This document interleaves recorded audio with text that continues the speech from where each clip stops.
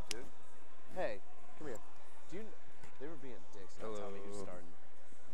For their 141. Yeah, they don't know yet. All right, why can't? Dude, they know. Yeah. They don't know who we're throwing out. I know who we're throwing out. They don't. They better be the same as what we have. Otherwise, I'm going to be a little upset. Why aren't these working now? What? Because Oh, I didn't know you turned those off. Leave those on. Yeah, yours is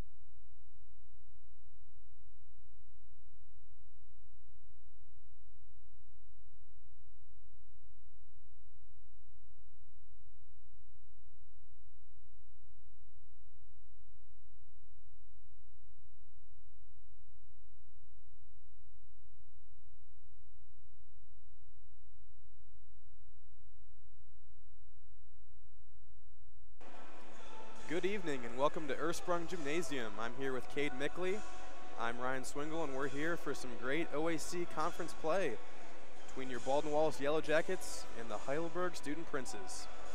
Yellow Jackets are coming into this evening 20-3 on the season with a 4-0 mark in the OAC. Heidelberg comes into tonight with a 10-3 overall record and 4-0 in the OAC. Cade, we'll turn it over to you for a quick breakdown of the Yellow Jackets and how they've been doing lately. Yeah, like you said, Ryan, the Yellow Jackets been very dominant lately. Already expanding upon a team record in dual wins this season. And as you said, last year they won the OAC. Right now they're undefeated in the OAC. A win tonight would clinch at least a share of the OAC title for a second year in a row, which would be huge for the Yellow Jacket program as it continues to grow and thrive under Coach Gibbs. We have a few good matches lined up for you tonight. Looking at the 141-pound weight class, Hayden Bates or Brandon Conrad from Heidelberg. We're not really sure who's the starter yet, going against Josh Decatur. Bates is 18-1 on the season, and Brandon Conrad is 10-5, going against Josh Decatur, sitting at 15-12, a 2-year letter winner for BW. That'll be a good match we're looking forward to tonight. Then the very next weight class at 149, Dallas O'Green, a freshman, sitting with a 24-3 record, going against Richie Burke with a 13-8 record from BW. And then another good match to look forward tonight with the 184-pound weight class. It's either going to be Dylan Decker or Tyler Hammock from Heidelberg against Justin Ransom. Decker has a 25-1 record. You have to think that he's going to be the starter tonight, going against Zachary Lehman. Like I said, 26-6 on the season. Yeah, another good match. Definitely some interesting contests going into this evening. Both teams being 4-0 in the OAC. Heidelberg looking to get a share, if not an outright OAC title. Kind of mentioned it before, but if the Yellow Jackets do win tonight, they are guaranteed at least a share of the OAC championship, regardless of the outcome in Alliance next Tuesday against Mount Union. So for the Student Princes, if they can somehow get a win in this match this evening, they will look to possibly even take home the OAC championship. Yes, this is going to be very high intensity atmosphere. There's both programs looking to pick up this crucial win tonight. If you tuned in last Friday, when the Yellow Jackets took on the Ohio Northern Polar Bears, you would have heard that BW has not lost an OAC match since that same date in 2015. So they're on quite a roll in the OAC. They're looking to continue that tonight. We'll come back to you a little bit later with some more stats right before the duels takes place.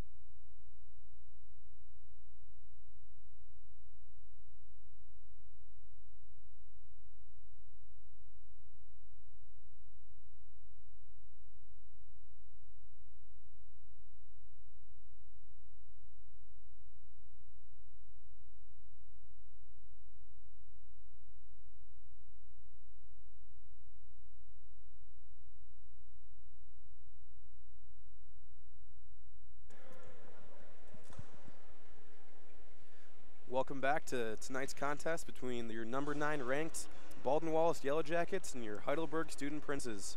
Once again, I'm joined by Cade Mickley.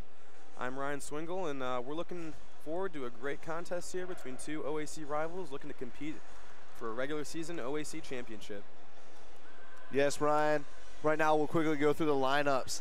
At 125, Mason Brand against Chris Doyle from BW. At 133, Ryan Hornik versus Charlie Nash. At 141, either Hayden Bates or Brandon Conrad versus Josh Decatur. At the 149-pound weight class, Dallas O'Green versus Richie Burke. At 157, Noah Messerhall versus Benjamin Hoff. At 165, Stephen Murray versus Anthony Arroyo. At 174, Darren Decker versus Justin Ransom. At 184, Dylan Decker or Tyler Hammock versus Zachary Lehman. At 197, Gage Finnegan versus Tyler McClellan. And at heavyweight, Nino Mahoy versus Gabe Mahaney. Thanks, Cade. Looking forward to this first 125 match against Brandon and Doyle. What do you got coming in for Doyle? Doyle, two-time letter winner, junior from Uniontown Green High School with a 20-10 record on the season, going against Mason Brainerd, an 8-14 record on the season, a freshman from Mogador. Right away, Doyle going to work on that front headlock. Looks like he's trying to work an underhook a little bit. We saw this last Friday. BW wrestlers going heavy on the head, just wearing down their opponents.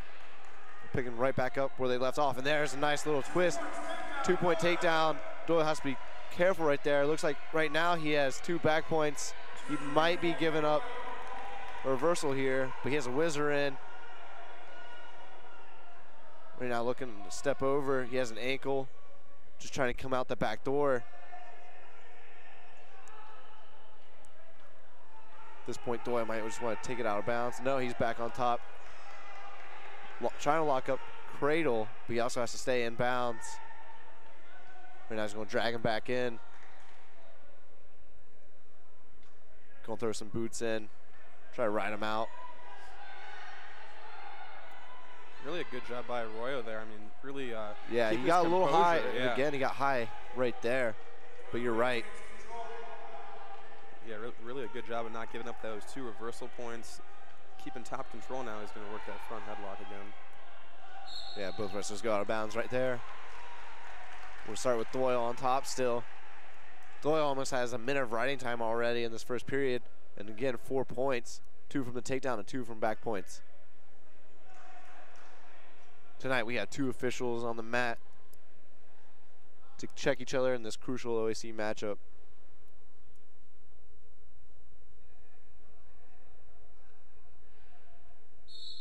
Look for Doyle to throw the legs in again. You're pretty quick. Looks like he's trying a little bit of spiral ride, breakdown, has that wrist. Doing a good job keeping that wrist control, Doyle is. And there, he's trying to throw his legs in. Mason Bernard trying to do everything he can to prevent the legs coming all the way. He's kind of sprawling out a little bit, kicking his legs over to try to get Doyle's legs out. But right now, Doyle doing a really good job on top, just riding him. Yeah, really just dominating this match on top. Not a whole lot of back points or anything of that nature after that first little spar there, but there he's looking for a tilt, try to get some quick points. Doyle has to be careful. There's tilts, you have to stay tight on the hip. Right now, Doyle almost has 2 minutes of riding time, looking for a little bit of a power half, it looks like. Just to turn him a little bit. He has about 35 seconds left to work with in this first period. Really has it in deep. Loses it now.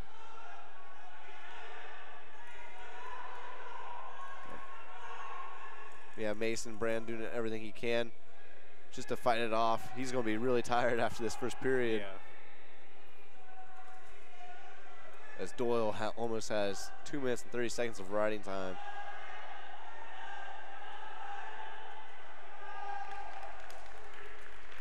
Doyle looking for a quick tilt at the end.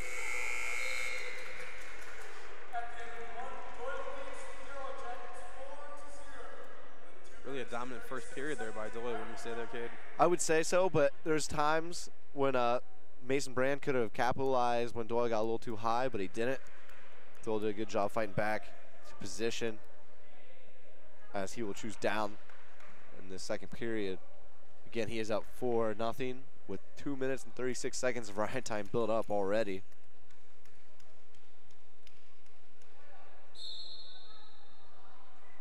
Immediately looking for that hand control to try to stand up. There's plenty of time to work with, as that bonus point from ride time will likely stay. And there he turns right into him and immediately goes to that leg. He got a point for escape. Could get another 2 right here for a takedown, and there it is. 7-0 favor Doyle, and immediately looking for a quick tilt. Really a nice maneuver there out of the escape to get that quick point, and then really transition right to the takedown for a 2-point takedown, and he's up 7-0. Yeah, right now that would be a major decision. And again, you got to think about the riding time, almost at 3 minutes. About 10 more seconds and they'll have that.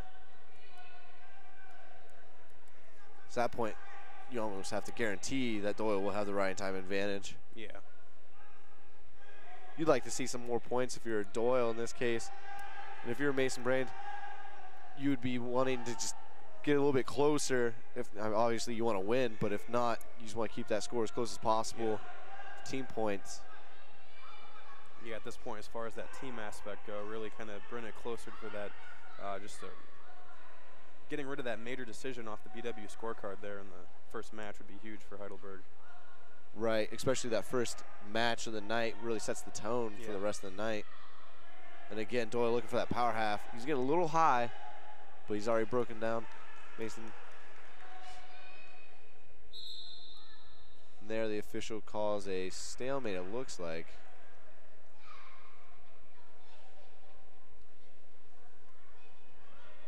Right now, Chris Doyle has 3 minutes and 41 seconds of riding time. About 22 seconds left to go in the second period. And he's just really tiring out the opponent at this point. Yes, he is. But the freshman, Mason Brand, doing a really good job just not giving up any more points. Not giving up any back points at this point. He might be able to get an escape right here. Doyle was looking for a little bit of a crab ride. Not quite able to get it. There he might slam him back down the mat. There it is. There's 1 second left.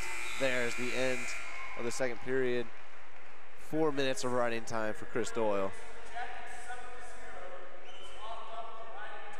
If I was Mason Brand, I think I might go neutral, but he's choosing down right now. Especially with that 4 minute riding time advantage, really just been dominated on the ground as far as. And Doyle's giving up. He's going neutral. He chooses to go neutral. Gives up the escape. Oh, never mind. He's going to go with the optional start. So I feel like for Doyle at this point, you're really not getting a whole lot done once you do get to the mat. So getting a takedown and possibly transitioning into an easy area where you can get him on his back would be beneficial. Right. I think Doyle feels like he can take down the freshman a few more times. Expand upon that lead. There he's blocking. Doyle did a good job blocking off that shot. And that's how he scored his first takedown. Some back points is off of a shot by the freshman Mason Brand from Heidelberg. And really transitioning that into this front headlock that we're seeing right now. And there, right there, there's another 2 points. Great job by Doyle, just spinning around, getting that 2 off that block shot. Coach gives maybe encouraging either some quick back points or to kick him and go for another takedown. Because he really hasn't had a whole lot of trouble taking him down to this point. No, he has not.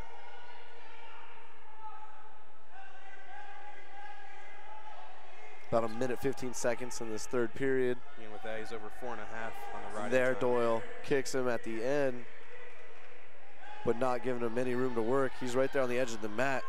BW coaching staff looking for a stalling call. Doyle's backing up. There's the stalling warning. Score is 9-2 with 4 minutes and 32 seconds of riding time in favor of Chris Doyle. There, again, Doyle blocks off another half-hearted shot attempt.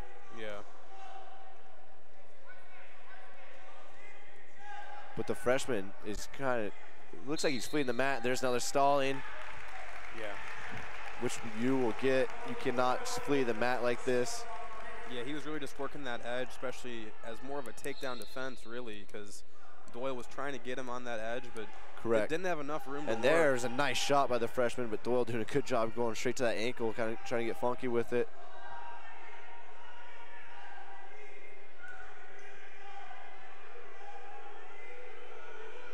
Both guys really fighting for that ankle right now. But Doyle, Heidelberg coaching staff really wants that 2-point call, but Doyle has that ankle. There's no way he has complete control. If he can just ride that for 6 more seconds, even possibly 2 seconds now. I'm not really sure. No points awarded there at the end. There, things got a little chippy. Score is now 11-2. Major decision in favor of Chris Doyle. Good way to start off for the Yellow Jackets tonight. Yeah, quick major decision.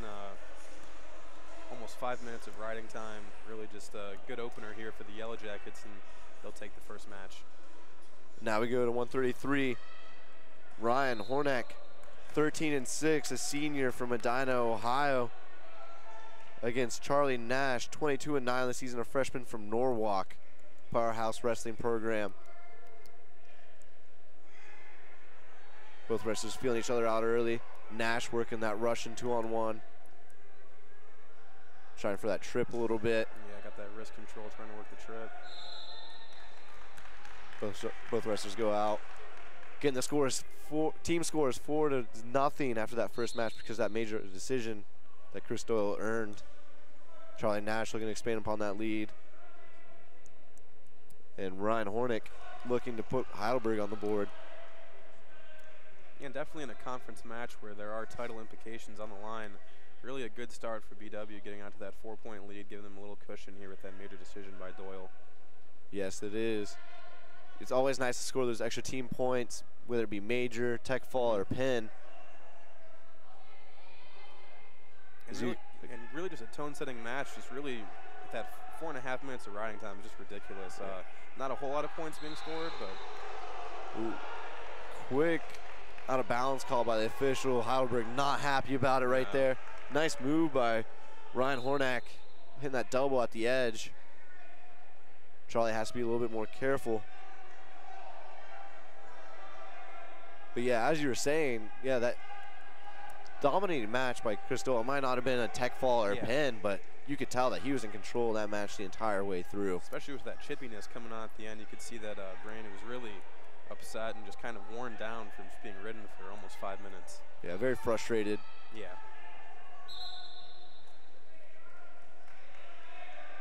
Stalemate called right there. About 1:26 left.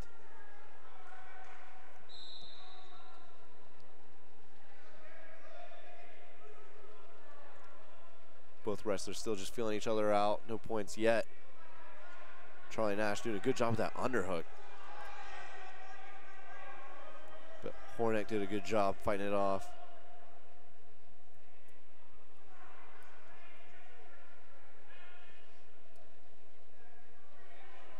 About a minute left. Charlie had a really exciting match last week where he came back and won by pin in the final seconds. Really got this crowd excited. So you know that he saves some of that stuff to the very end if he needs to.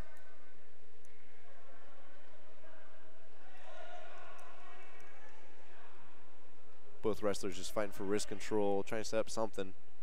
Right now, Hornik looks like he had the control. Nash breaks free, rotates that wrist. Now he has underhooks.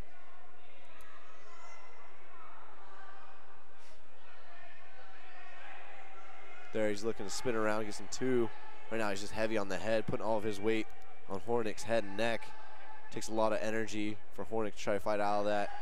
And just to hold that weight on top, it always wears you down. Yeah, just grinding on him really here in this first period. Looks like there'll be no points scored for either side. Both wrestlers doing a good job that first period, just blocking each other off and hand fighting. Yeah, really good job of both sides trying to get that wrist and head control, really working the head. A lot in that by Nash, really wearing down Hornik a lot in that first period, something to look for going forward. Well, this is interesting. Most time you don't see both wrestlers go neutral. in the second period. But a quick shot by Hornik. Nice job. There should be 2. Yeah. Nice little single leg sweep. Finishes it with a trip.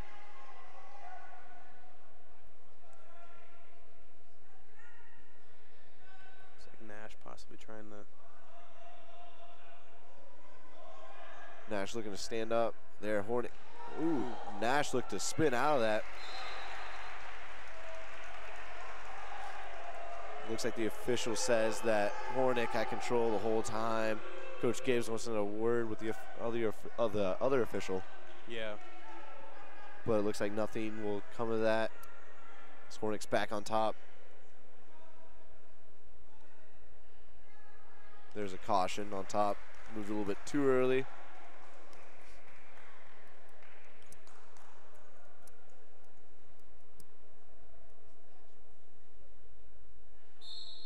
There, quick switch by Nash. Looking for a switch. There, looks like he's close to 2. Locking hands on top, so there's at least 1 point for Charlie Nash. Looking for 2 of his own. He just has to crawl up that back, but his arm's kind of blocked off at this point. There, he looks like he has the Baldwin Wallace bench. Not happy about that, but there's a locking hands call. 1 point for Charlie Nash. That's big, especially if he can get this escape point here to tie it back up at 2. That violation there by Hornik and the locking hands is really could come back to play, especially depending how riding time figures out at the end of the match. Correct, and there's already been a caution on top on Hornik. Head coach Tony Perizzi from Heidelberg wanted a word with the officials, talk about that locking hands call.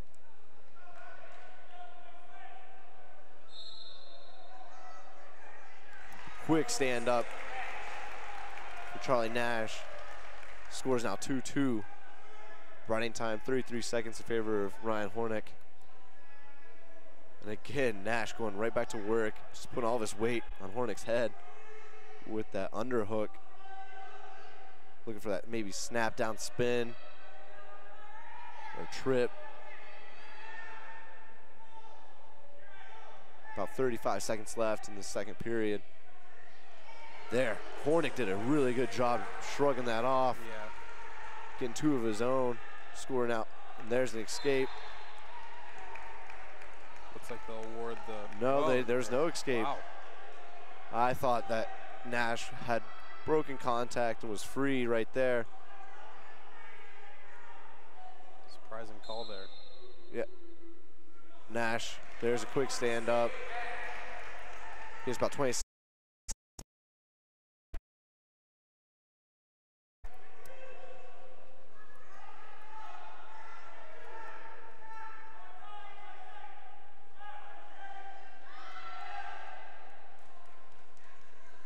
really close match so far.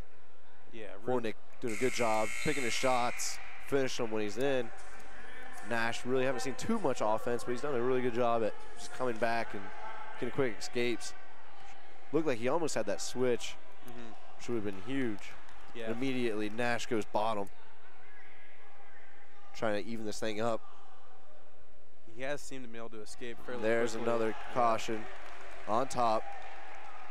Hornik not happy about it, talking back to the official. Not sure if that's the smartest thing to do as the wrestler on the mat. Especially from this down position, it does seem like Nash is able to escape fairly quickly as he does right there. And here we go, all tied up in the third period. Riding time is not a factor. Charlie Nash picking up some energy, picking up the pace a little bit. Yeah, really not going for that underhook look quite yet, really looking for more of a wrist control as we open this period. Going more on the offensive, it looks like definitely have to score some points here in the final period. There, Hornik tries another outside single leg sweep. Haven't really seen Nash shoot any. About a minute 30 left in this third period.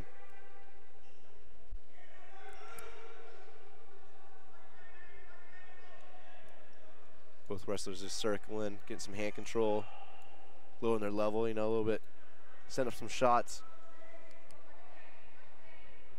Back to that collar tie.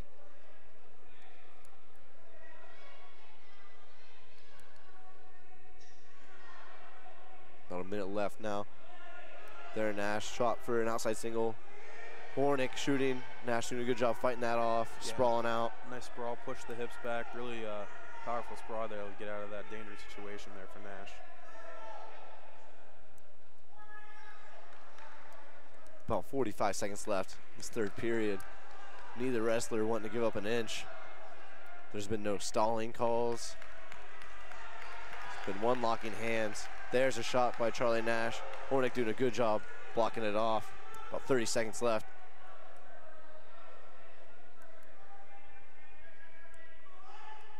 For the most part, both wrestlers doing a good job about staying in the middle of this period. There, Hornik almost gave up two. Nash doing a good job trying to spin around. Just about 10 seconds left now in this third period. Neither wrestler scores. Looks like we're going to overtime for the first time this season that we've been home. Yeah. And we do. Really a good defensive match so far by both sides. Not getting up a whole lot of ground, not really getting into too many precarious situations. 4-4 here. Riding time, like I said, wasn't a factor in that one, so we'll go to OT. I always like to shoot off the whistle off that in overtime, kind of try to take them by surprise, but both wrestlers backing away before coming back in. There, Nash goes back to the head. I think he needs to keep the pressure up. Once Hornik gets away from him, he has to be right there to take that shot. Yeah, especially once he loses leverage on him like that. Really just taking advantage of that instantaneous opportunity and getting that quick shot in could really be beneficial here. There, Hornik's in. Nothing yet. There's two. Good shot by Hornik. Nice and deep. It's Charlie Nash. There, Hornik wins. Team score now 4-3 in favor of the Yellow Jackets. Getting the final of that score, 6-4. Next up, we have Hayden Bates against Josh Decatur. This is one of those premier matchups we were talking about earlier in the broadcast. Really something to look forward to as one of our highlighted matchups on the evening. Correct. Bates, a freshman at 141, 18-1 on the season from Cook County High School, Pineville, Oregon. Decatur, the senior, two-time letter winner, 15-12 on the season from CVCA. Decatur so quick and fast on his shots. Be a nightmare matchup for anybody. But right now the freshman doing a good job trying to negate that with that Russian.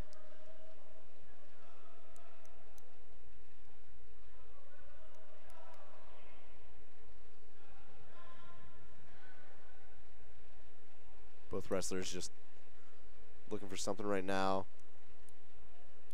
Bates looking for a dump right there. Decatur doing a good job fighting it off. This official likes to call it when they're out a little bit before the crowd does. It's a toe. The rule is if a toe's in bounds, they're still in bounds. And even on that one, even when he blew it dead, it looked like Decatur did have both in for some reason. Really interesting with the quick whistle here from one official.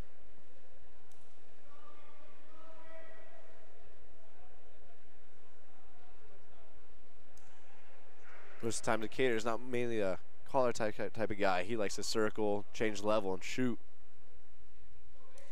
Haven't really seen that there. He tries an outside shot. Bates doing a good job blocking that off. Yeah, he's really not one to tie you up as he does. With the time up here, get a little bit of head control here. But he, as you said, he does like to shoot from the outside a lot. Really not up close and personal kind of wrestler. Likes to really feel him out and take a shot from more of the outside look.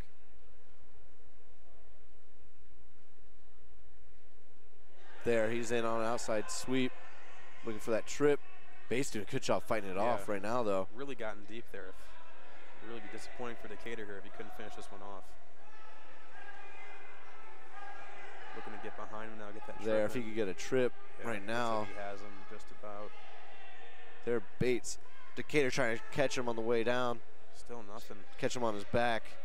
Right now, Decatur has to break those hands, spin, and there's a stalemate.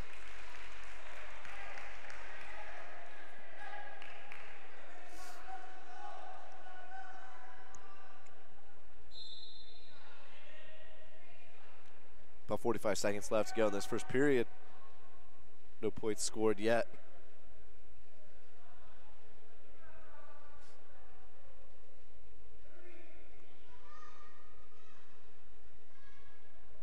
Both wrestlers doing a good job staying in the middle of the mat.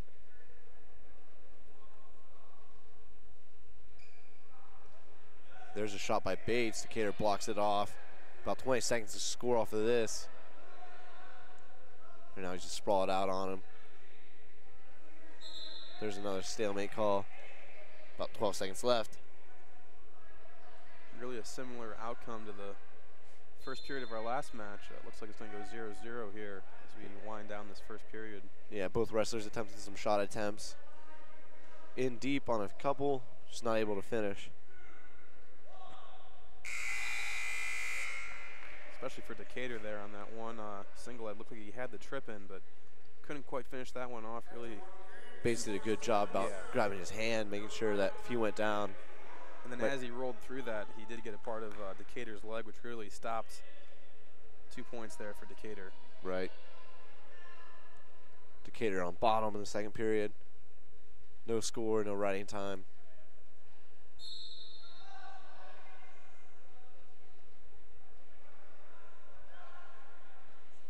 There, Decatur, quick stand up, trips over his feet.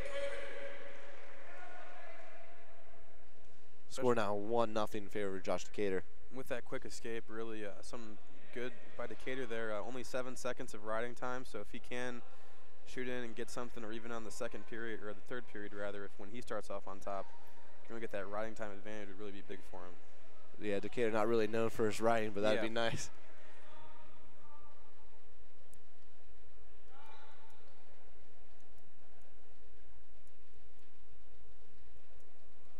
About 1:15 left in the second period. Getting the score 1-0. Because that quick escape in the second period by Decatur. The team score 4-3. Major decision for BW at the 125-pound weight class, and then a decision at the 133-pound weight class.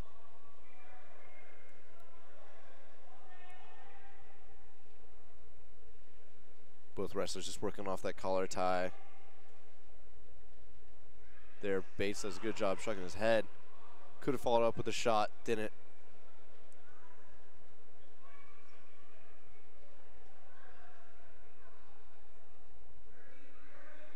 Decatur just keeps tying up with him, pulling away, looking for a shot of his own. There, he blocks off a shot by Bates. Like to see his score off of this if he could. About 22 seconds left. There's another stalemate.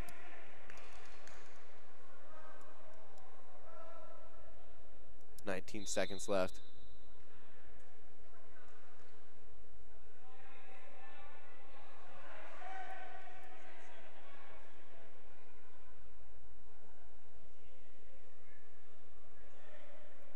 There, Decatur's trying to use the speed a little bit more, trying to circle around, change direction. Bates immediately chooses to go down.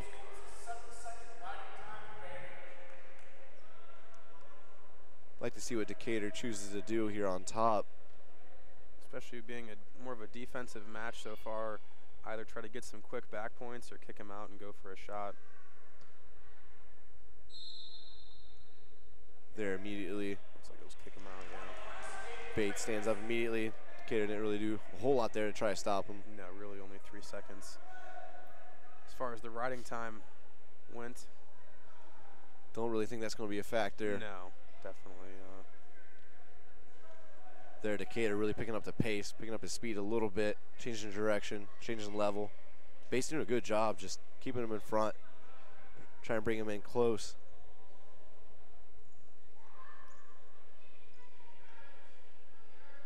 There, he keeps trying to go for that Russian 2-on.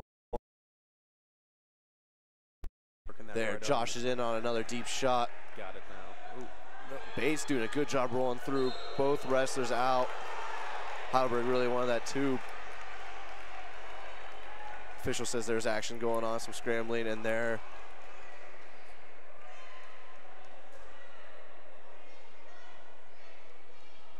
I don't know if you can give 2 right there.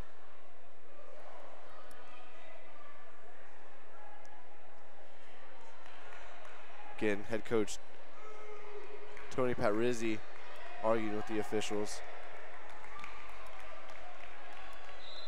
Both guys really seem to just roll through on that one. Really no opportunity there for either to really be awarded any sort of points. Yeah, I can see somewhat what Heidelberg was trying to get done, but from a non-biased perspective, I think that they were both in action, both out of bounds. Neither had control of the other. But really disappointed by Decatur not being able to finish that shot. It really, 2 times now, Bates really done a good job of fighting that off. Fighting off really 2, especially that second one, really 2 deep shots by Decatur. Yeah, Josh has to finish those shots a little bit quicker. Maybe switch that immediate double leg off that single leg sweep on the outside.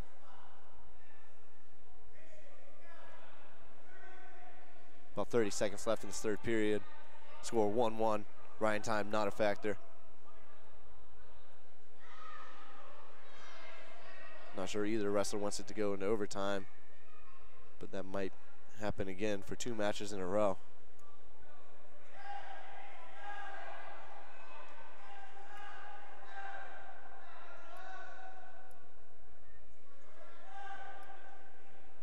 Three seconds left.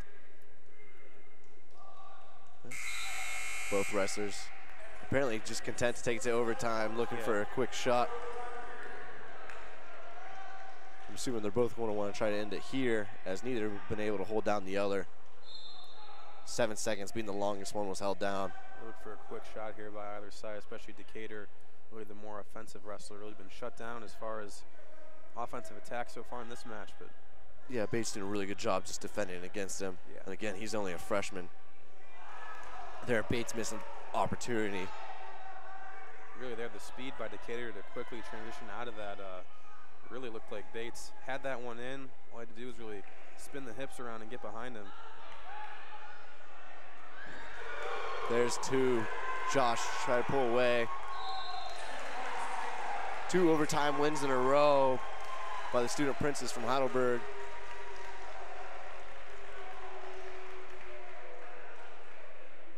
Team score now 6-4 in favor of Heidelberg. Up now, we have the 149-pound weight class. Dalso Green versus Richie Burke from BW. Dalso Green, another freshman, 24-3 on the season, from Carson City, Crystal, Michigan, Carson City Crystal High School. Richie Burke, 13-8 on the season, a freshman from Ithaca, New York. Sophomore, actually. Sophomore, excuse me. Yes. He's already letter winner. Sorry, for some reason he's a freshman on my paper. BW definitely needs a win right here. Get the momentum back on their side. Yeah, after that early major decision here, back-to-back, really tough overtime losses for the Yellow Jackets. Find themselves down 6-4. Really be good. Get back in the scoring column in this match. Yeah, Richie right there. Try that fireman's not quite able to hit it. Not able to get the other arm up through his legs. There's a takedown by Dalso Green.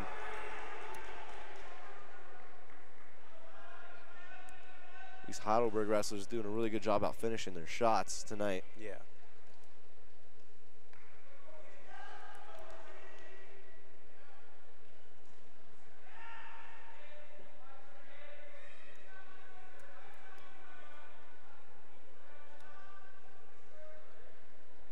Right now, Green has a leg in. Burke did a good job getting that out. Green doing a really good job out switching sides, getting that. Can't really tell what he has right there. He looks like he has one of Burke's arms. Try to crab ride him a little bit.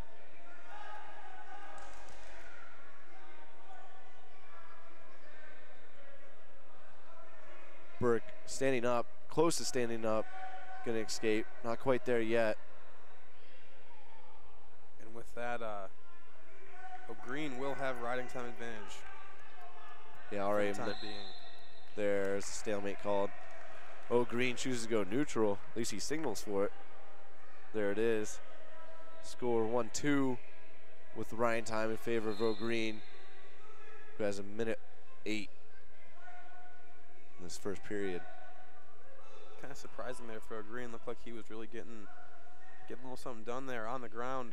Couldn't quite finish get him transition to the back, but kind of surprised that he let him just get right up. I think he feels just comfortable on his feet, looking for another takedown. Yeah. Confident he can hit another one. I don't know if he thought he'd be able to turn Burke or not.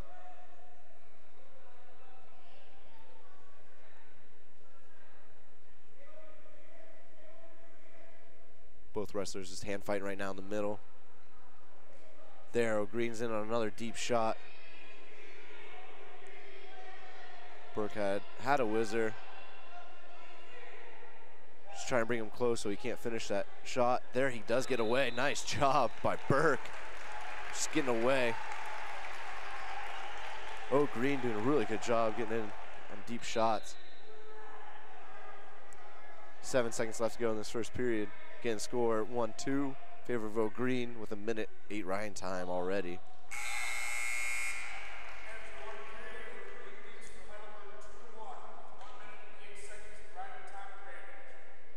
O'Green defers. I think Burke's going to choose down. No, he's going neutral. I think if I were in Burke's position, I would have chose down, but Yeah, get that point off the escape, possibly, hopefully, really fairly quickly out of that, and get it back even to 2-2, but interesting call by Burke.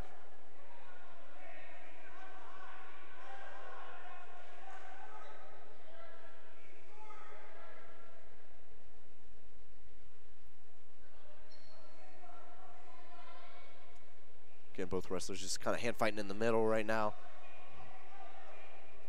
O'Green doing a really good job about grabbing Burke's hands as soon as they come close. Yeah, keeping that wrist control for the most part. O'Green a little bit more stocky than Burke, trying to use his strength to his advantage.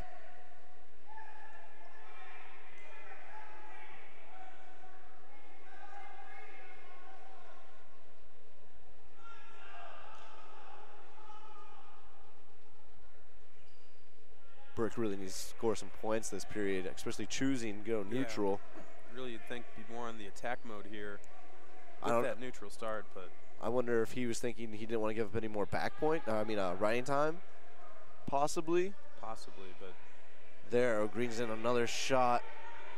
Burke trying to just get underneath that ankle, trying to slip a leg in of his own, trying to get a cradle locked up. looks like he might have two. BW, he has a leg in. Yeah. There, O'Green doing a good job just getting the leg out now. BW really wanted that 2 call. Right now, Burke has the cradle locked up. There's 2 points. Takedown. Now He has really looking for that turn off that cradle, and he's got it. He's got it. And there's a pin. That is huge for BW. Burke fired up. BW fired back up. Huge.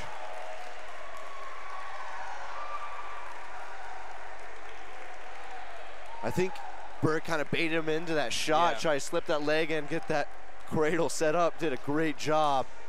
O'Green a little disappointed, but I'll tell you what, that freshman has some talent from Heidelberg. Yeah, really, the momentum was sort of going in Green's favor for the majority of that match. Really, that riding time advantage. Things weren't looking great for Burke. Got in deep on a shot. Great reversal there. Got him in the cradle and put him on his back for the pin. Yeah, that was huge by Burke. BW back on top now. 10-6, the team score at the 157-pound weight class. We have Noah Mercer Hall versus Benjamin Hoff from BW. Mercer Hall,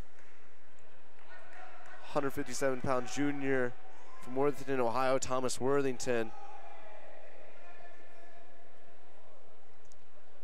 And against Hoff, 19-12 on the season, a sophomore from Worthington, Thomas Worthington.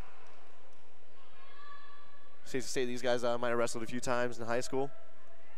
Definitely, definitely a renewed contest here.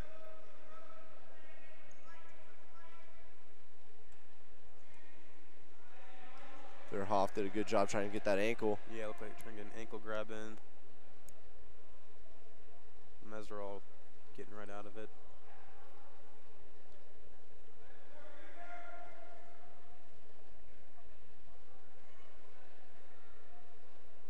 tell you what, if these guys did wrestle each other in high school, it is tough to go against someone that knows you so well.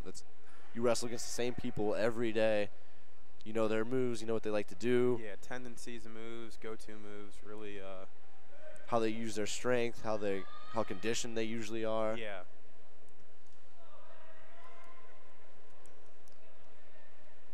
So we'll likely see a pretty close match. Hoff in on a single leg right now. Mercer all doing a good job fighting it off right now. Right now, if Hoff could get to his base a little bit, might have a 2. We might just have, there's a stalemate. Yeah. Quick whistle here tonight from the. Yeah, the official likes the action, but we haven't really got a stalling call really either. We have had the one when we had fleeing the mat. Yeah. Lots of stalemates, lots of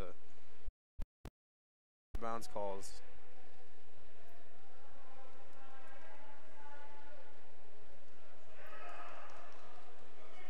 Hoff has the underhook right now. Just looking for a throw, it looked like right there. Mercer all doing, just fighting it back too. Right there, Hoff looking for the high crotch from the underhook. He really did a good job bringing him back into the middle of the mat, getting his body weight into him and going for that quick little high crotch there.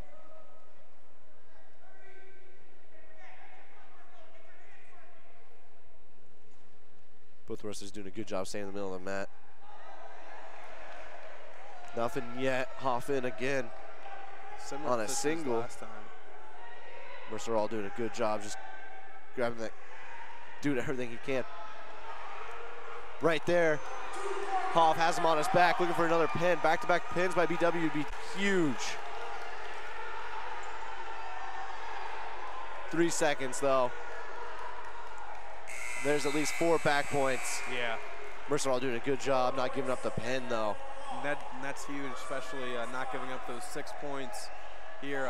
Obviously down 6-0 after this first period, but not allowing that pin, definitely big, especially for Heidelberg as far as team points go. Yeah, Hoff really grabbing momentum right there. Yeah. Always Huge at the end, towards the end of a period to score some points, especially back points like that. Quick 4 is will be in down position to start the second period. Yeah, again the score now 6-0 in favor of Benjamin Hoff from BW over Noah Mercerall. Assumed teammates from Thomas Worthington High School in Columbus.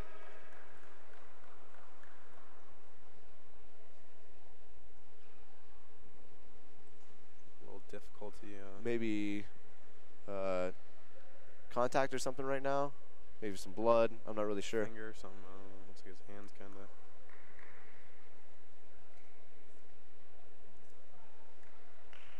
Yeah, already a tight team score, 10-6. Definitely a little tighter than number 9 Yellow Jackets would like it to be, but still early here. We've only got 4 matches under our belt so far, going on the 157 matchup right now, so we got a little injury timeout. Yeah, that's correct. Still not really sure what was going on. Looks like they're wrapping up something on his hand, possibly a little. Maybe fingernail got ripped off or something. Yeah. Not completely uncommon. I think there'd be a little bit more blood though, so I'm assuming it's not that. Yeah, interesting to see. He looks like he got something on his right index finger. Both wrestlers ready to go back at it. Benjamin Hoff down. Yeah, possibly a nail, like you said.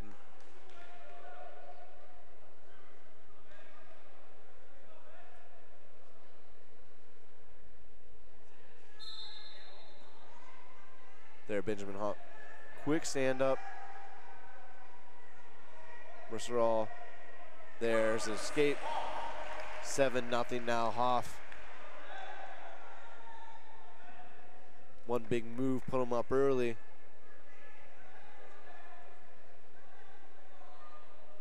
Mercerall picking up the pace a little bit, trying to look for a takedown of his own. Definitely want to narrow the margin here in the second period. Don't want to go into the third period down 7-0 or even more for that matter.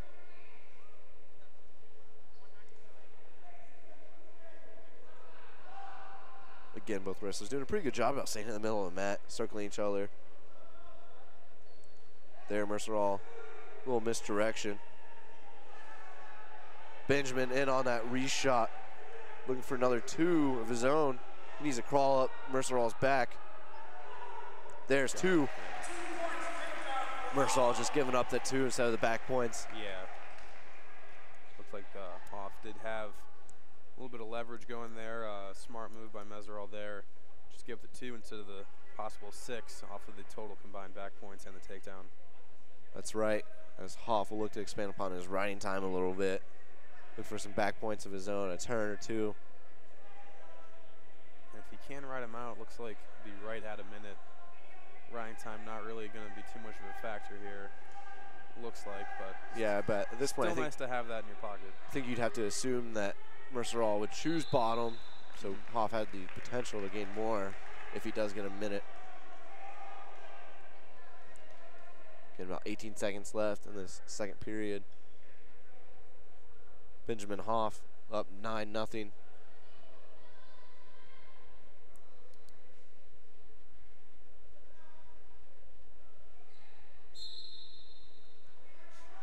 Trying to crab ride him a little bit. Crab ride really became big after Logan Stieber went through the college ranks. Everyone had a chance to watch him wrestle. Able to control people on top. Kind of blocks your forward momentum as well as just putting pressure on that head. There, Hoff just rides him out. Has a minute exactly of riding time.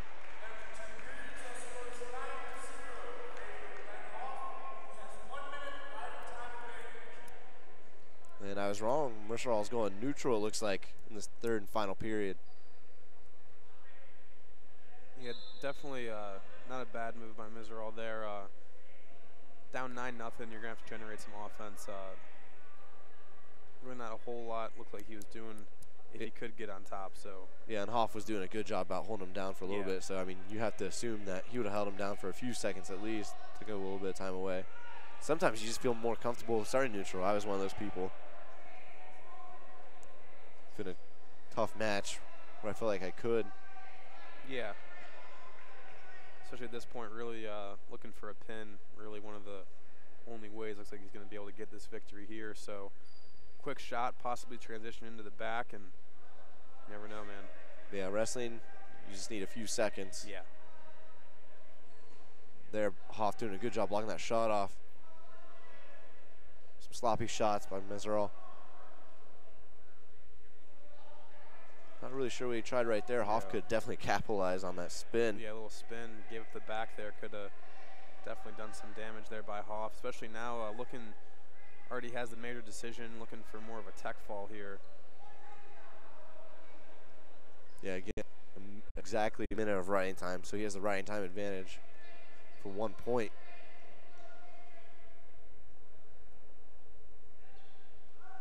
Hoff doing a good job out just fighting that shot off. Like to see maybe a little bit more offense there. Hoff tries to shoot in on him. And Mercerall had the 2-on-1 Russian, 20 seconds left. There, Hoff's kind of backing up away a little bit, but he does have that stalling call to give up.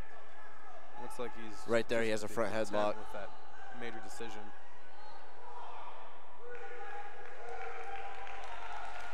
And there's the major. Team score now 14-6 in favor of BW. Next up, we have Stephen Murray from Heidelberg versus Anthony Arroyo. Arroyo, a sophomore, 23-3 on the season from Maumee High School. Stephen Murray, a junior, 15-7 on the season from Urbana, Ohio. And Arroyo was actually named a freshman All-American last year, so really one of the top freshman wrestlers in the country, a first-team All-OAC selection last year, looking to continue those ways this year. Off to a really great start here in the regular season, looking to transition that into the postseason. There, he almost got hit with the head and arm, but he did a good job out rolling through and getting a takedown of his own. Arroyo really known for his big moves, his throws that he loves to use. So once you know how to use those, it's pretty easy to counter, especially a head and arm. Surprised to see that. Right now, Arroyo has a leg in, has his arm trapped though by Murray. Definitely going to look to get that arm out so we can get a little more leverage. Actually, he might use that to his advantage and pry up Murray's arm himself. Looks like that's what he will do. Gets out of it there. Going for there, he has it. Looks like he's looking for that cradle, like you said. Looks like he has it. Yeah, he's got it. Yes, and he's straight to his back. He has to be careful, and then straight to Murray's back.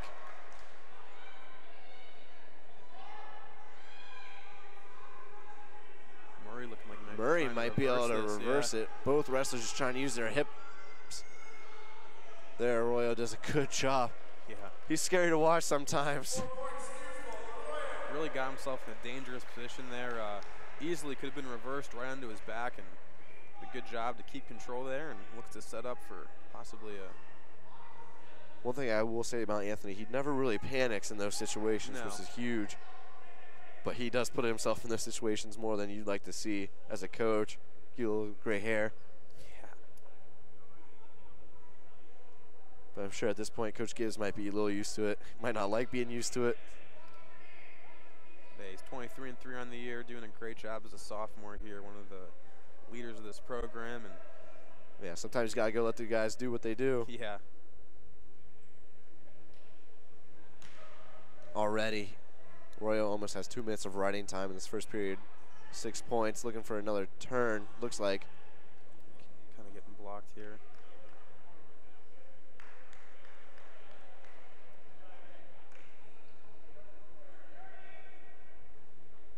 Seconds left. There, now. he has a leg in, looking for another cradle lockup. About 25 seconds left. Yeah. Got it. Yeah, he's got the arm. He's got it locked. He has to be careful. He has to stay in bounds there.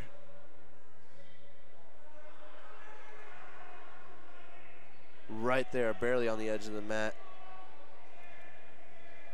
Anthony trying to bring him back in, try to get another pin for BW. Looks like he's close. 3 seconds left now. And 4 more back points though, and 2 minutes and 39 seconds of riding time. Yeah. Looks like Arroyo will go for tech fall possibly here in the second period. Starts from bottom. Yeah, Arroyo immediately goes down.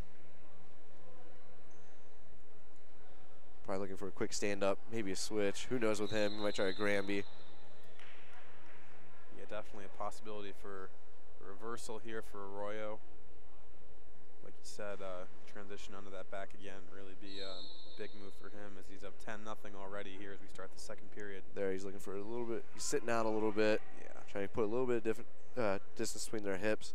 Doing a good job blocking off Murray's attempts to throw his boots in.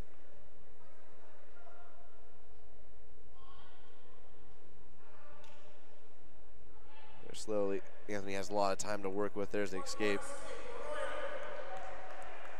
5 points away from teching him. 2 periods to work with. Really not too out of the question here for Arroyo. No, which would be huge in the team score. Yeah, really put that distance. Sloppy shot attempt by Anthony right there.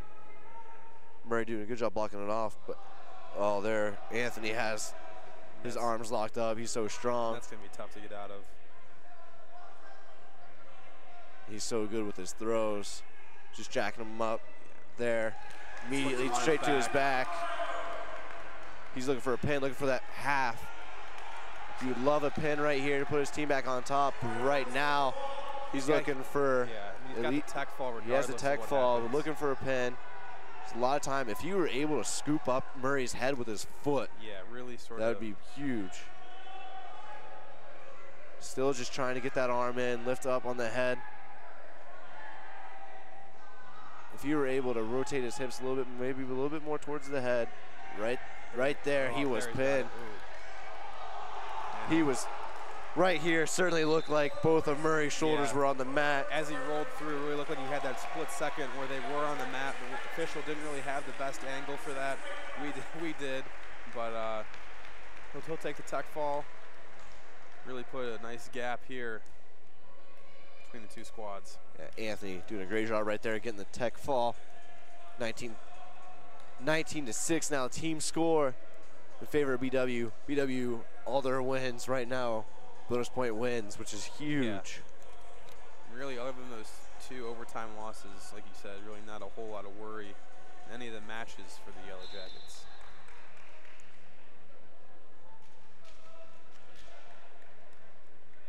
Right now we have Darren Decker versus Justin Ransom from BW at the 174-pound weight class. Darren Decker, 17-6 on the season, a sophomore from Hubbardston, Michigan, Carson City, Crystal.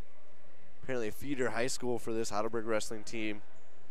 Going against Ransom, a sophomore, 16-4 on the season from Madison.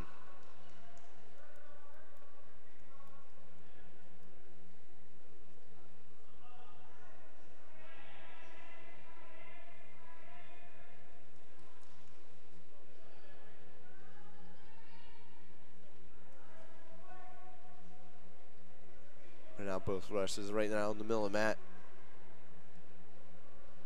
A little bit of shot, reshot, fake shot attempts. A little bit of collar tie. Both wrestlers just feeling each other out for the most part right now. There, Decker in on a shot on the ankle. Ransom just trying to whiz her out. It's going to be really hard from that position, especially if Ransom would have been able to turn into Decker's ankle, maybe. Right there's 2.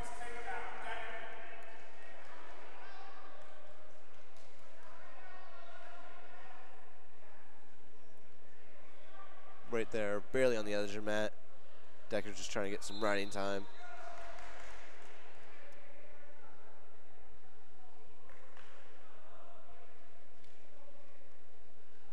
Ransom now on bottom. On minute 21 in this first period.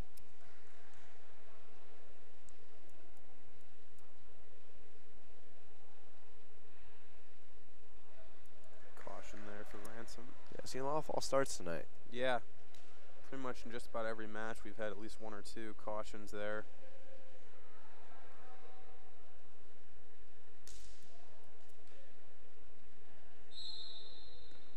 Ransom looks for a quick stand-up. Decker doing a good job blocking it off. There's the escape. Decker immediately going back to work. Just fighting him at the edge of the mat. Looking to bring him back in. Stalemate call. Yeah.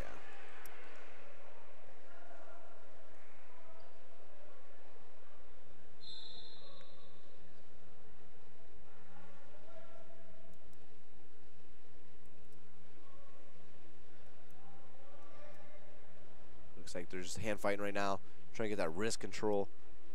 There, Ransom tries a half-hearted shot attempt, immediately to that front headlock.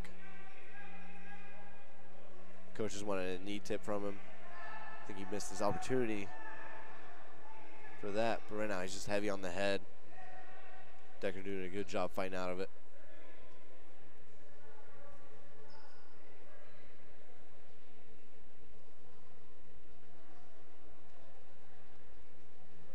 Decker trying that outside sweep. Immediately Ransom tries the same thing, and Decker reshots. Deep single leg. Ransom trying to get that ankle. Just hope for a stalemate at this point. Unless you're good at some funk. There's the stalemate. 4 seconds left. Second period, first period still, excuse me. Yeah, 4 seconds left here. Another stalemate here. We'll start from neutral now, and that'll be the end of the first period. Ransom not really getting off to the start he wanted to, giving up that quick 2 points to begin the period, but still a lot of match left to be worked with, and looking for him to get back into it in the second period. Yeah, I mean, like you said, the score was only 2-1, but it did feel like Decker had control that entire first period. Ransom trying to even it up here early in the second. Immediately tries a quick stand up. Decker doing a good job blocking the arm and leg. Going to that far ankle. Trying to break him down. There's the stand up.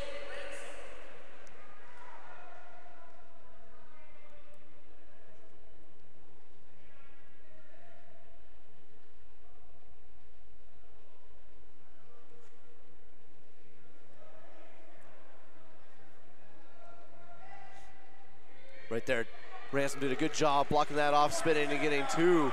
Great job by Ransom. Nice. Decker looked like he was able to get that shot, but Ransom did a good job blocking it off, spinning again 2, gives up the quick escape, but Ransom might have another 2. Yeah, right there it is, does. huge. Score now 6-3 in favor of Ransom, and immediately momentum has shifted in this match. Really a great move there to kick him out real quick, and before he could really regain his footing, went right back down on the ground with him and got that easy 2. Yeah, Decker tried a quick shot after he was let loose. Ransom did a good job blocking it off, getting 2. About 40 seconds left in the second period. Score now 4-6 in favor of Ransom.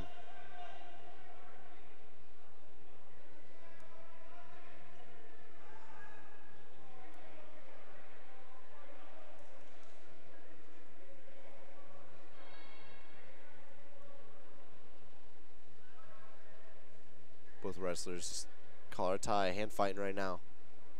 About 15 seconds left. Ransom looking for another 2 off of the spin. Looks like he should have it. There it is. Looks up to the clock, see how much time he has to hold him down.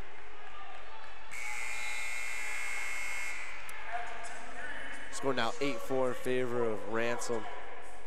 Really flipped the momentum there in that second period.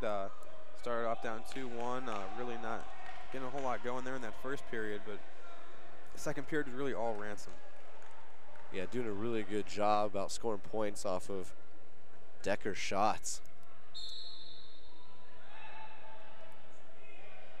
Ransom doing a good job breaking down Decker as Ryan time's at 8 seconds in favor of Ransom.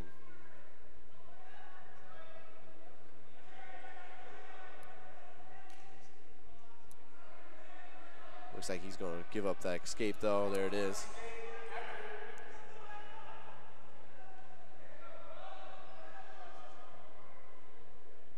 (8-5) in favor of Justin Ransom from BW over Darren Decker from Heidelberg.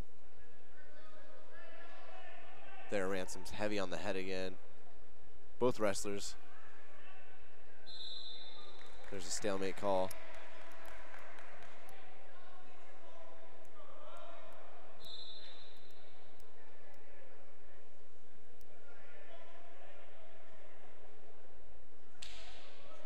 Ransom doing a good job, just trying to go back to the head. Now Decker's trying to do the same thing. There's a shot attempt by Decker. Ransom blocks it off. Goes that front headlock. He has that underhook. There, he blocks him off again. BW coaches want him to score another point off of that blocked shot, spin. Really like to see Ransom use his own offense, but right now, being defensive is working for him. Especially in a tight matchup like this. There, he's looking for 3/4. Yeah, There's a nice little switch. Ransom just set that up beautifully. Got some back points, 4 back points as well. Score now 14-5. Favor Justin Ransom with about 15 seconds left. And that'll work Third it. period. Yeah, and that will work it. Looks like it'll be another major decision. Ransom did a great job at pressing in, making Decker go one way, forces him right back to his back.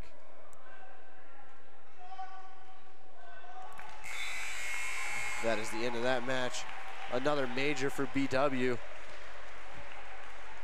Score 14-5 for that last match in favor of Justin Ransom. Team score now 23-6 in favor of BW as we head in the 184-pound weight class. Looks like Tyler Hammock from Heidelberg will face off against Zachary Lehman from BW. Lehman, a sophomore from Akron Revere High School, 26-6 on the season. And with that last major decision, Heidelberg will need 3 straight pins in order to pull out a 24-23 upset at this point. So safe to say, as long as this match goes somewhat in the Yellow Jackets' way, they will have a share of that conference championship. There's a takedown from Hammock, a sophomore from Monroe, Michigan, Monroe High School, 9-4 on the season. Hammock has the cradle locked up.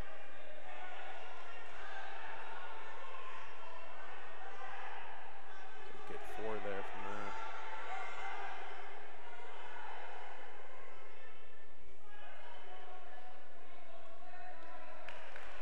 Yeah, 4. 4 back points, so immediately score 6-0 in favor of Hammock. Fast. Lehman has a hole to dig out of now.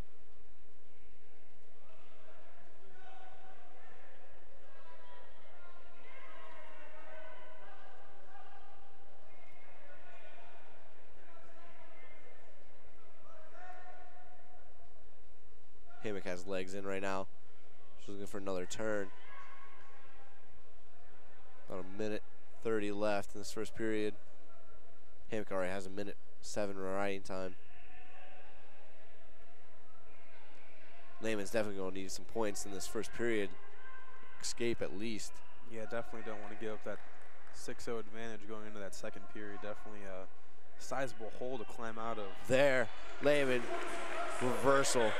Doing a good job switching. Can eat into that riding time now.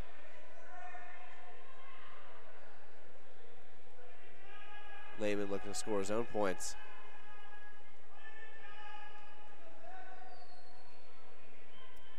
About 50 seconds left. First period. Score now 2-6 in favor of Tyler Hammock.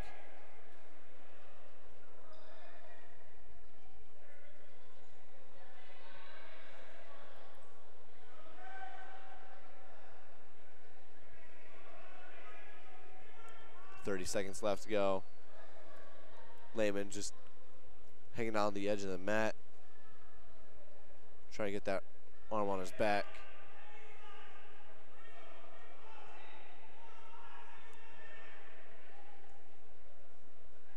Riding time is no longer a factor at 25 seconds in favor of Hammock.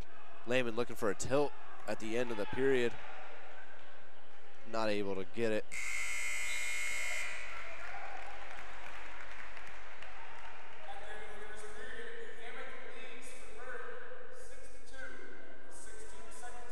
A little bit of blood, it looks like, from Tyler Hammock.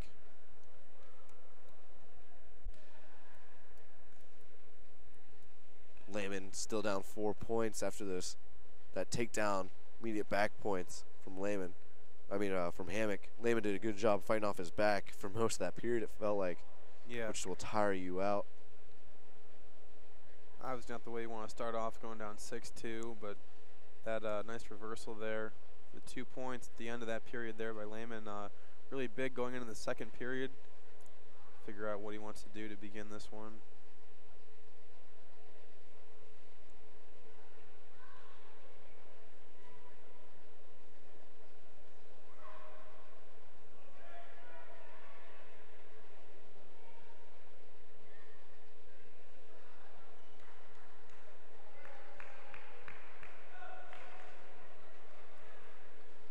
Lehman will be down this second period.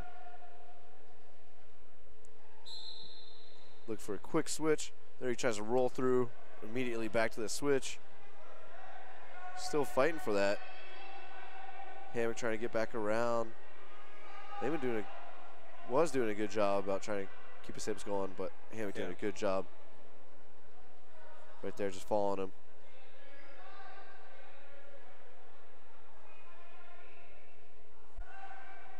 Hammock trying to get that minute riding time back.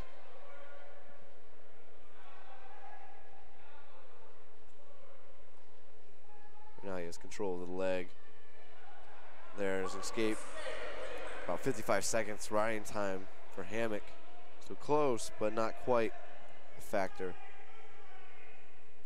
Score now 3-6 in favor of Lehman. There's a nice shot. Like to have seen him finish that double leg. But Lehman does have that single, looking for a trip. There, Hammock did a really good job fighting off. There's 2 for Hammock.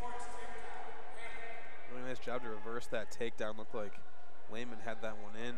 Looking for the trip, really rolled right through that and got the 2 points there. There's escape for Lehman. Score 4-8 now.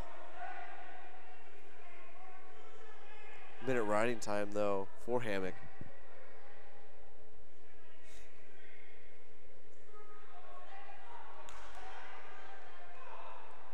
Yeah, like you were saying, Lehman was really deep in on that shot. Thought he'd be able to finish. Hammock doing a really good job reversing that. There, again, he's in deep on a shot. There, he takes him straight to his back. No back points, though. Hammock did a good job rolling through. 6-8 now, and that'll close out the end of this period. Obviously, would have wanted to get some back points there to possibly even take the lead, but he'll be content with 2 as he goes in this final period down just 2. Still a lot of time left. Yeah, Hammock will choose down to the 3rd period. Lehman will be on top.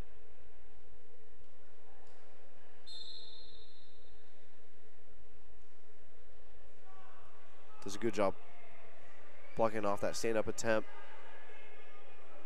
Eating in that riding time, make sure that's not a factor anymore. He's going to be looking for a turn. He's going to have to get a quick one or kick him here really fast. Yeah, definitely don't want to waste too much time. They're doing a good job breaking him down. Go for the front. There looked like he was looking for a cement mixer. That's not Hammock doing a good job fighting him off.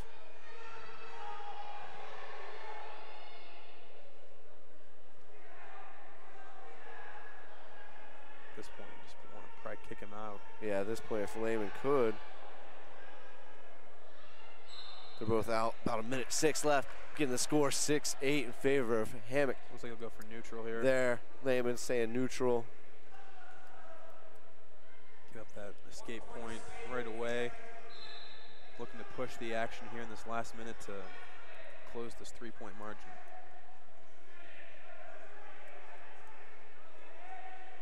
Yeah, Lehman's going to be looking for something to take him straight to his back.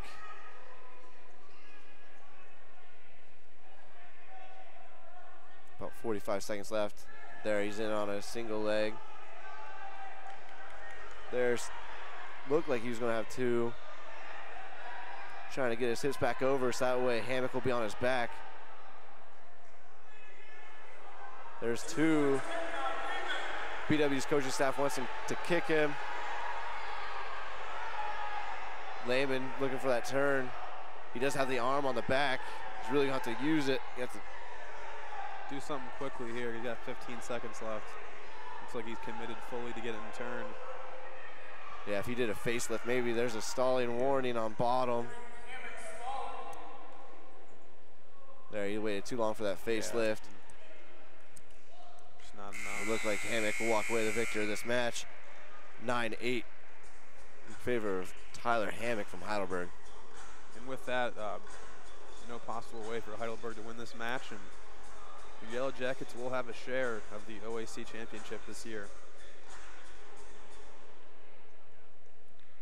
Huge victory in a small way for the Jackets. Good consolation victory for the Student Princes from Heidelberg. As we go into this 197-pound weight class, Gage Finnegan from Heidelberg versus Tyler McClellan from BW. Finnegan, a junior, 14-9 on the season from Stowe, Ohio, Stowe Monroe Falls High School. Tyler McClellan, 20-12 on the season, 2-time letter winner, junior from Medina, CVCA. Really one of the top wrestlers coming back for BW this year, back-to-back first-team All-OAC selections. Really, I believe he might have even been the regional final champion or came in second last year for the Yellow Jackets. So really some veteran presence here on the mat. Really one of the leaders of this team.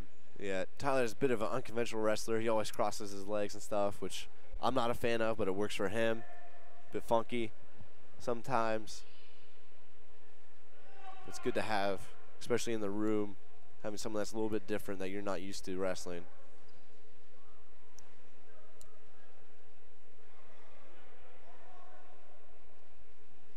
There, McCullen did a good job setting that shot up, not able to get in on it.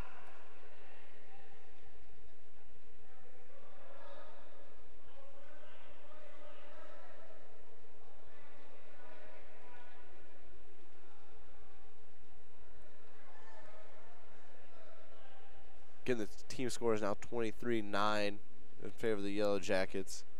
So even with 2 pins, the Student Princes could not win this dual meet. Yeah.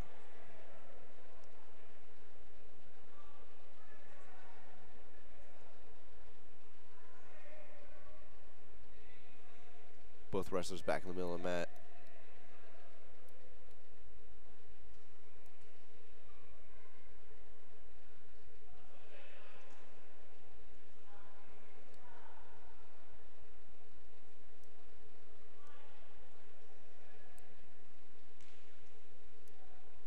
Both doing a good job from that collar tie position, just blocking each other off, feeling each other out a little bit. McClellan, not the most stocky 197-pounder, but he's really quick on his shots and really heavy on his hands.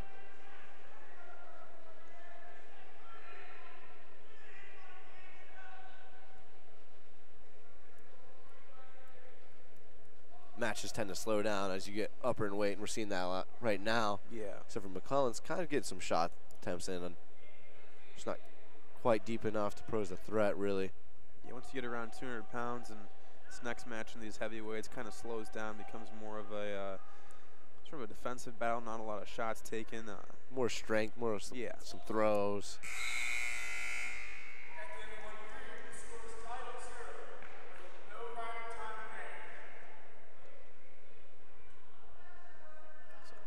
Start down here to start the second period.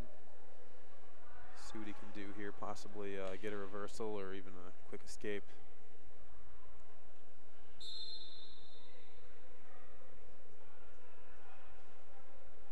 Looks like there. Finnegan did a good job just breaking him back down. Yeah. McClellan doing a good job standing up, though. Has that hand control. There, he breaks it.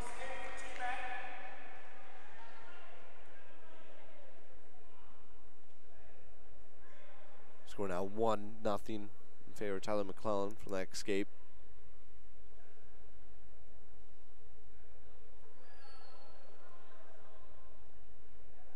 I haven't really seen any shot attempts by Finnegan yet. All McClellan so far.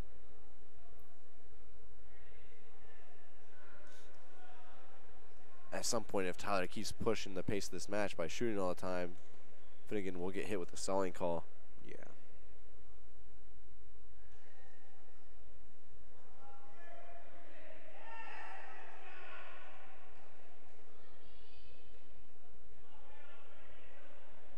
There another lowering of the hips by Tyler, trying to set up a shot. About 45 seconds left in the second period. There, Finnegan looked like he was going for an ankle pick, but not quite far enough.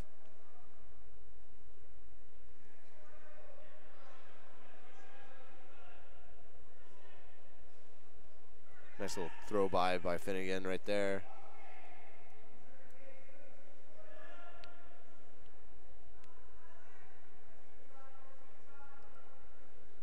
About 20 seconds left in the second period.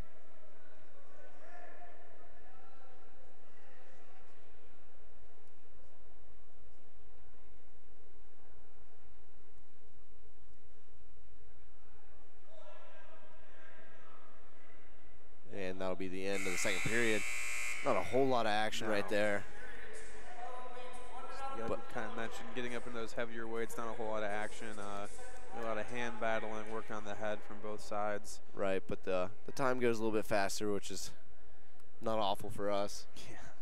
Got a little bit of studying to do later tonight.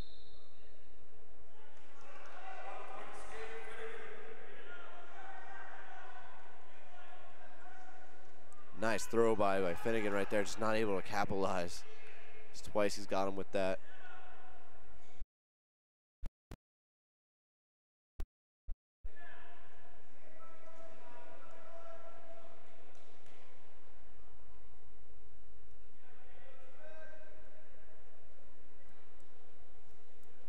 Score 1-1 after that quick escape by Finnegan. There, Tyler shoots again. Finnegan does a good job with his hands to block off that shot with his forearms.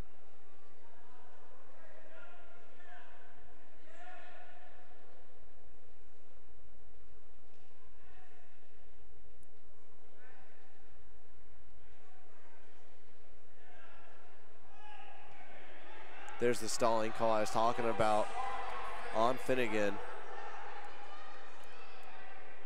McClellan just keeps taking the shots, pushing the pace.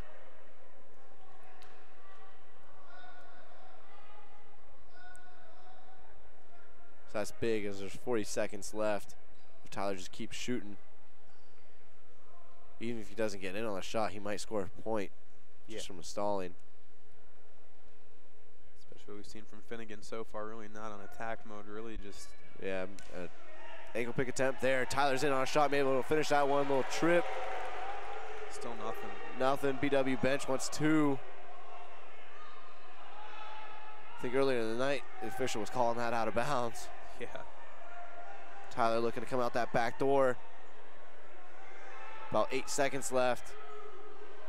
Looks like he's got him on his, not quite all the way. There's 2 seconds left. No, let's go to Nothing. overtime. As we go into overtime, but still, stalling is a factor. Refs might not want to call it. Yeah, really don't want to decide the match with a stalling call here on Finnegan, but if McClellan continues to take shots and really just Finnegan keeps stalling him out, something you got to take into your own hands at some point. That is right. I've seen matches won in overtime on a stalling call as one guy's kind of been the aggressor the whole time as Tyler's in on a quick shot. Might not even matter if he can finish this one. Looks like he's got him going down. There, he's going for that far ankle. There's 2. McClellan, BW finally gets a win in overtime as they increase their team points by 3, making the team point score 26-9. And now we get to the heavyweights, 285-pound weight class. Nino Mahoy versus Gabe Mahaney from BW. Mahaney, 22-4, a junior from Green High School. Mahoy, 17-2 on the season, a senior from Huron, Ohio, Huron High School. Mahoy definitely looks like he has the weight advantage over Mahaney here. Something to look for, possibly Mahaney picking up the pace. Really could use that to his advantage here in this match. Yeah, maybe a little bit quicker than Mahoy. A little longer too, perhaps. Yeah.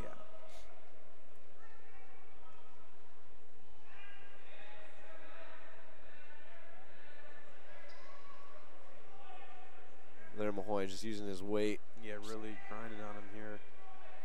He's pushing that head down, putting all of his weight on him, and that front headlock.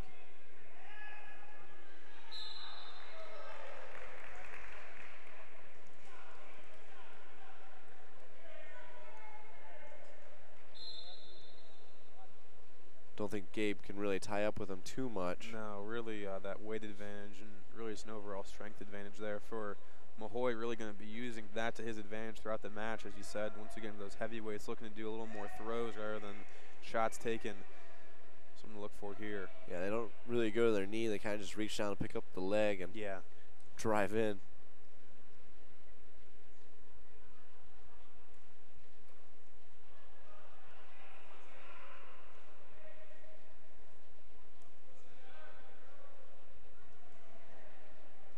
Mahoy really pushing the pace of this match so far. Gabe keeps backing up. He has to be careful about that. There, Mahoy trying a little throw by shot. Definitely got to be careful of that stalling call here from Mahaney. Obviously, he has a warning to work with, but don't want to get in that situation where a match could be decided, similar to the last one. Especially early. It's only the first period right now.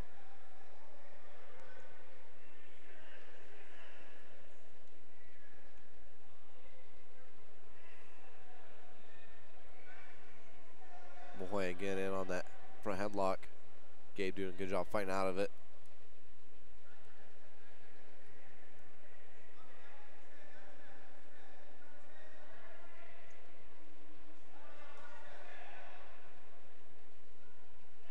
Looked like Mahaney could have took a shot right there. You really got him stood up upright.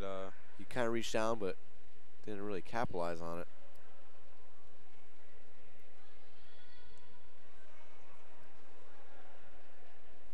About 40 seconds left in this first period.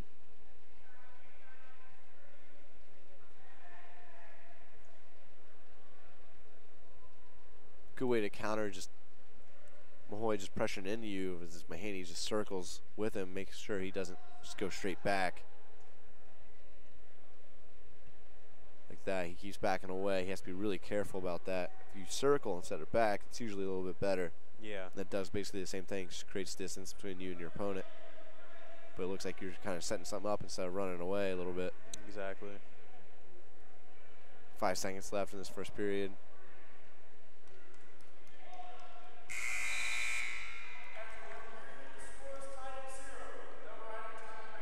Mahaney chooses to defer. Mahoy chooses down. Interesting to see what Mahaney will do here. Really going to be hard for him to keep Mahoy down with that weight differential. Mahaney does have some really long arms. There he immediately throws his legs in. Really good job to just ride him out here maybe and work something from underneath. Yeah, if you throw legs in, you get a little bit of leniency. There's a quick stalemate call.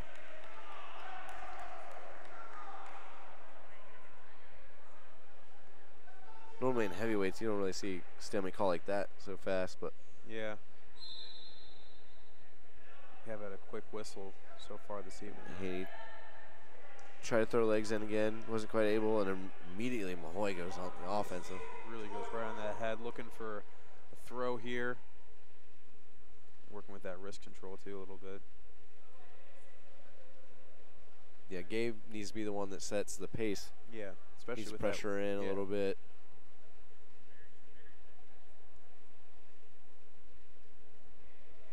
Exhausted looks like right now. There, see, he's not really even, he's reaching down a little bit for a shot. Not quite enough, I guess, intention there to finish it. There, oh, Mahoy almost had a shot. Again, heavyweights kind of just reach down and pick up the leg instead of shooting.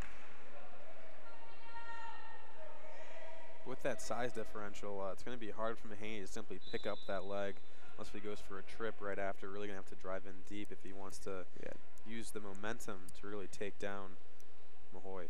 Yeah, he has to be, he has to get in deep and quick. Just use the momentum from his original shot. Or work a trip off the single leg, possibly. Yeah. The thing with heavyweights, once you start getting them to go backwards, they're not usually the most athletic, coordinated, able to stand up, kind of just trip over their feet. Get the momentum, just take some down. But you have to cause that momentum to begin with.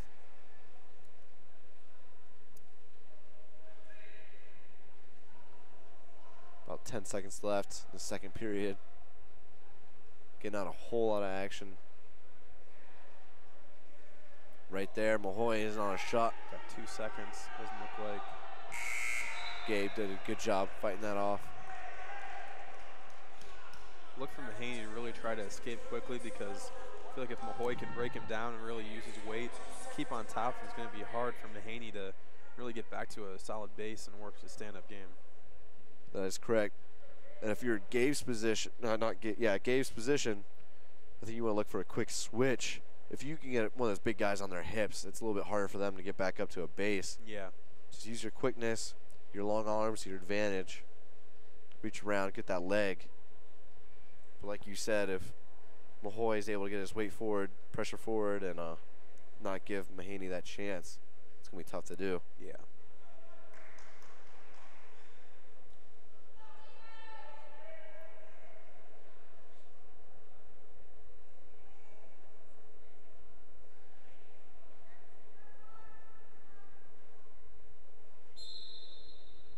Not quite the quick switch I was looking for from Mahaney. There he's looking for a sit out, it looks like. You could tell from that original move by Mahoy, really trying to put his weight into him and break his hips down and really get him into that mat. Make him really work to get up, waste a lot of energy. There, Gabe's doing a good job standing up, trying to get that hand control. Needs to turn into him, though. As he breaks it in there. There, nice little roll through by Gabe.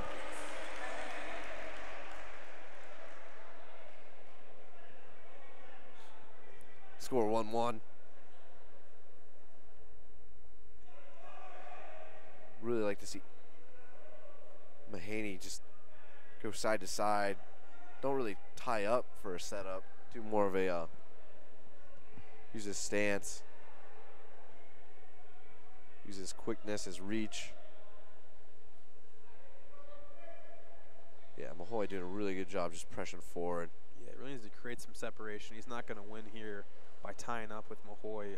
Yeah, trying to muscle him. Yeah. There he looked like he might have had double underhooks. Yeah, looked like he got underneath him, got some good leverage, but couldn't do anything with it. There's the stalling on Mahaney. 45 seconds left. Right time's not a factor. Guy needs to work to some underhooks here or just create some separation. Yeah, really not working. If I was Mahaney, I'd be going for some outside single legs, yeah, really, some sweeps, maybe a dump. Like we said, create some separation and then sort of work from there. Gabe has to be careful not to give up that stalling. Yeah, 20 really seconds left. Huge here for him to. He just looks exhausted out there right now with all that weight that's been on him constantly. 10 seconds now. Gabe has to look for something real quick. Right there, he's giving up that ankle.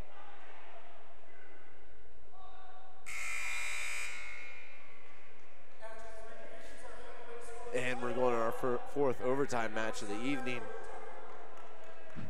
Haven't seen this at all throughout the rest of the year, but here we are for tonight from a tough Heidelberg team.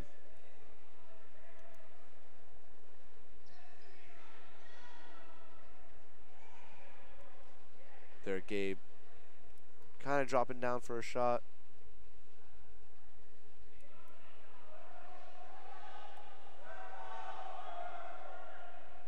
BW coaches and Mahaney's teammates tell him to circle. Like we said earlier, it's kind of waiting the gate backing up.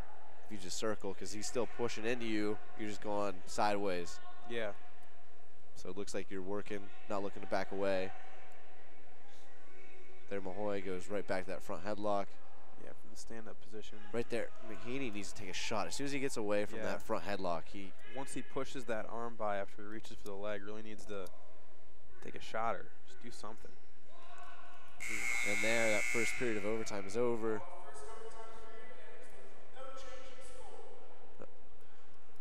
Mahaney's choosing down. He has to get up quick. He has 30 seconds to get up.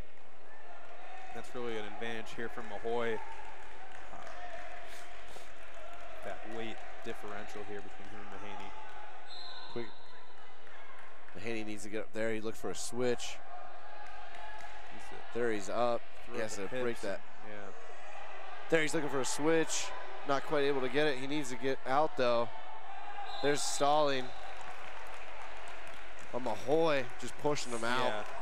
Didn't want to give up. Normally in overtime though, when you're top bottom, pushing out, you don't really get hit with the stalling. Yeah. It's a strategy at that point because you don't want to give up control. At this point, that's the whole purpose of the overtime is really to. Mahaney needs to move a lot faster off the whistle than that. He has 10 seconds now. He needs to throw those hips out and break the hands away. Just there like it is. Right there. Good job on Mahaney. They're neutral. Now at this point, if Mahaney can really get some feet in and really just kind of get on his back. Yeah. Like he did kind of in that first. Yeah, throwing legs in right here would be huge. It's really hard to get out of. And at the very worst, keep him down for about 10, 15 seconds, just ride him the rest of the time. There, immediately he looked for that gets leg. on. Isn't quite on him. Man, that's. There's a quick escape. Now. Official called stalling on Mahaney really quickly. BW coaching staff is not happy about it. Mahaney has to score a takedown here. He's going to have to shoot. Not going to throw him. He's going to have to shoot here. If Mahaney was able to pressure in on it, no, it looks like he's a little bit too tired. Mahoy doing a good job. Mahaney looking for a head and arm, it looked like. Throw. There's the end of that match. Another overtime win for Heidelberg. With that match, that'll be it. Coach Gibbs talking to the officials about that stalling call. Don't think you'll be able to change that now.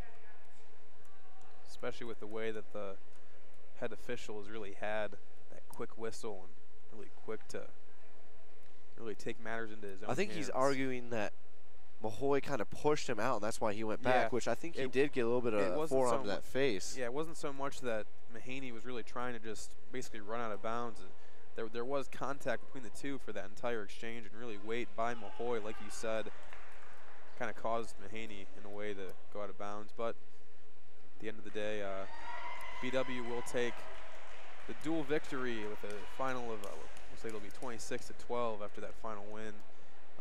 And with that win, BW will have at least a share of that conference championship, depending on what happens next Tuesday at Mount Union. If they can win out, they will obviously win that outright. But there are a couple teams with 1 losses, possible 3-way tie if BW were to lose. Really looking good here for the number 9 Yellow Jackets. Cade, what are your thoughts for this duel and going forward for the Yellow Jackets? Obviously, Heidelberg's one of the tougher teams they faced in the conference thus far, and a tough conference the OC is. A lot of hard-fought victories. 4 overtimes tonight. Haven't really seen that in the last couple of years. To have 4 overtimes. Obviously, Heidelberg coming out the victor. 3 of those 4. But BW did a great job getting those bonus points. Almost, I think, every single win except for maybe 1 was all bonus point wins with the pin, a tech fall, a couple majors. That was really the difference tonight. BW was dominant in those wins. Heidelberg, they squeaked by in a couple close matches, in control of some others. So BW, I think, has some things to work on in the room, just to clean up a little bit. There's a couple matches I think they could have won. Yeah. That they didn't. But overall, this BW Yellow Jacket team looks really tough going forward, and so does this Heidelberg team. Like I said, 4 overtimes, giving this number 9 ranked team all they can handle tonight. Yeah, and with those 3 out of the 4 losses coming in overtime, really an all-around dominant performance by the Yellow Jackets. Like we said, next matchup for them will be against Mount Union in Alliance next Tuesday.